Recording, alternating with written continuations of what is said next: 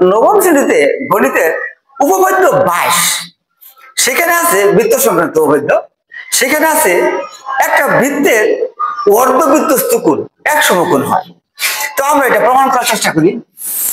একটা বৃত্ত, এটা যদি বৃত্ত হয়, অর্ধবৃত্ত যদি আমরা ধরি বি ও সি, এই অর্ধবৃত্ত এই ব্যাসটা কেন্দ্রের পরিধিতে দিলাম আমরা এই এক কোণ উৎপন্ন করি।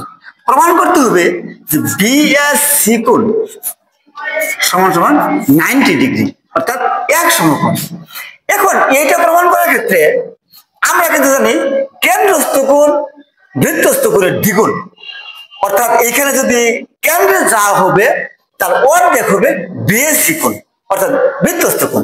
তাহলে আমরা এখানে লিখতে পারি বিএসসি কোণ, বিএসসি কোণ সমান সমান হাফ ইন্টু বিওসি কোণ, বিওসি কোণ। এখন বিওসি কোণ যে ধরি, এটা কিন্তু একটা সরল কোণ, সমান একটা সরল কোণ। একটা সরল কোণের মান হয় কিন্তু 180 ডিগ্রি। তাহলে এখানে হবে হাফ ইন্টু 180 ডিগ্রি।